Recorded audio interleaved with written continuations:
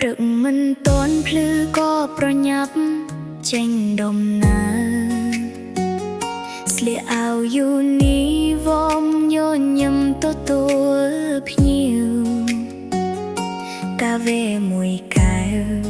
លាយដោយក្តីសង្ឃឹមតែប្រាក់ខែចុងខែមិនសូវគ្រប់ចំណាយឈប់ពេញមួយថ្ងៃមិនដែលរអ៊ូ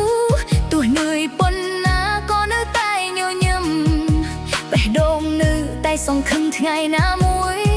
ជីវិតនឹងមានពន្លឺជាងថ្ងៃនេះខ្ញុំជាបុគ្គលិកកាវេប្រាក់ខែមិនច្រើនតែខ្ញុំមិនខ្មាស់ការងារសោយច្រិតមួយកែវមួយថ្ងៃមួយក្តីសង្ឃឹមសង្សងសម្រាប់គ្រួសារនិងអនាគតខ្ញុំអ្នកខ្លះផឹកកាមេមួយផ្លេតរួចដើរចេញតែមិនដឹងទេថាញ៉ាខ្ញុំប៉ុន្មានដំណក់ខ្ញុំមិនសង្ការដឹកសំត្រឹមការគោរពព្រោះការខិតខំមានតម្លៃជាងលុយ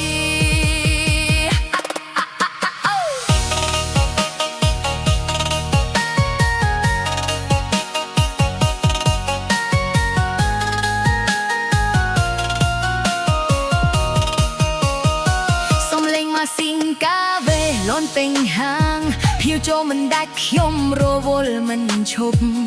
ទោះជើងឈឺដៃហត់ក៏មិនបោះបង់ព្រោះមានអ្នកផ្ទះកំពុងរងចាំខ្ញុំអែបព្រួនមួយមិនសញ្ញាតាខ្ញុំទៀបយូនីហ្វ័រមួយមិនកំណត់តម្លៃមនុស្សប្រាក់ខែតិចតែសុបិនខ្ញុំធំចំហាន់ដូចថ្ងៃនេះអនុមទៅជោគជ័យថ្ងៃក្រោយកាវេមួយកែមានញ៉ាំខ្ញុំលើជាមួយរកពាក្យអរគុណជាកម្លាំងចិត្តដ៏ធំថ្ងៃនេះជាបុគ្គលិកថ្ងៃស្អែកអាចចំចាស់ហាងដរដាក់នឹងមិនជប់តស៊ូទៅមុខជានិច្ចចង់យំ